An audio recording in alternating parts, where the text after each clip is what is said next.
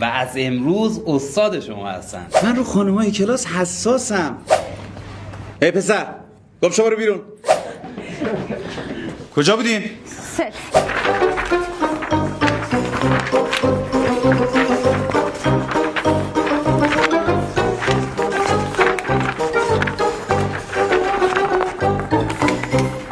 بچه ها حواستون رو جمع کنین. امتحان خط قرمز منه. من سر امتحان با هیچ کس شوخی ندارم. استاد جان استاد. امتحان سخته؟ نه خیلی آسونه. اصلا شما قبول. استاد جانم. ما هم نخوندیم. اب نداره من خودم به جاد امتحان میدم. داری چه غلطی میکنی؟ گم شو برو بیرون. حمال. استاد جان استاد. چقدر سخت استاد. الهی قربونش برم. بیا از روی این بنویس. پس من چی استاد؟ آخه بیا با هم بنویس. استاد پس ما چی؟ دیگه دارین از اخلاق خوب من سوء استفاده میکنین. اینا گم شو برو بیرون. زهر مار تو هم گم شو بیرون. برای چی استاد؟ سر جلسه امتحان مگه جا عطسه کردنه؟ ساندویچی تو هم برو بیرون. اصلا همه پسرا برن بیرون. با تو هم با. استاد گناه دارن. تو هم خیلی برای من با پسرا فرقی نمی‌کنی ها. میگم اینجوری باشه که همه امتحانا رو میافتیم. این استاده رو از کجا آوردن؟ من که میگم زود قضاوت نکنیم. بمیر بابا، فردا میریم مثلا پیش رئیس دانشگاه تکلیفمون رو روشن کنیم. راست میگه. آره راست میگه.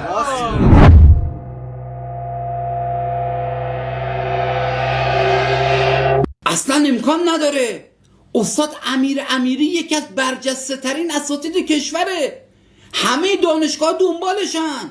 ما با هزار بدبختی ایشون آوردیم اینجا. آقا باور کن تا یارو 2 تا دختر میبینه عین دلستر کف میکنه. درست صحبت کن آقا. آقا راست میگه، تازه دل منم شکست. آخه آقا تو رو خدا کمکمون کنی. باشه. حالا امتحان بعدی من میام خودم یه سر میزنم ببینم چه خبره. استاد من هیچ بلد نیستم. فد سره تو شماره تو بنویس قبوله.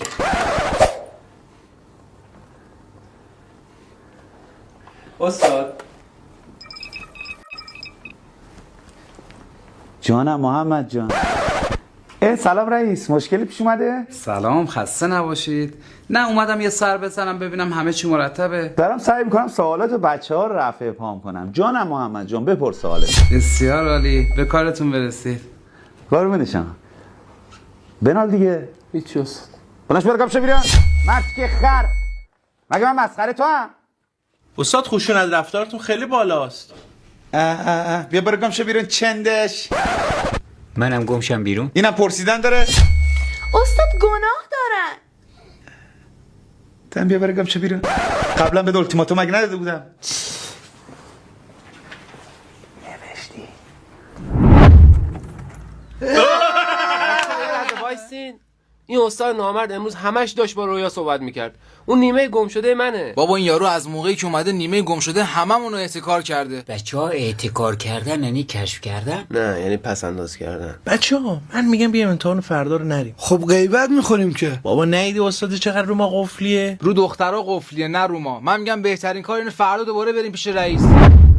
دیدین که اومده هم داشت مثل گل باهاتون برخورد میکرد. آقا عمدن وقتی شما میای این شکلی رفتار میکنه. آقا تازه دل منم شکست. آخه شما یکی که اعتماد داری بفرست تو کلاس اون بهتون بگه. آقا لطفاً دختر باش.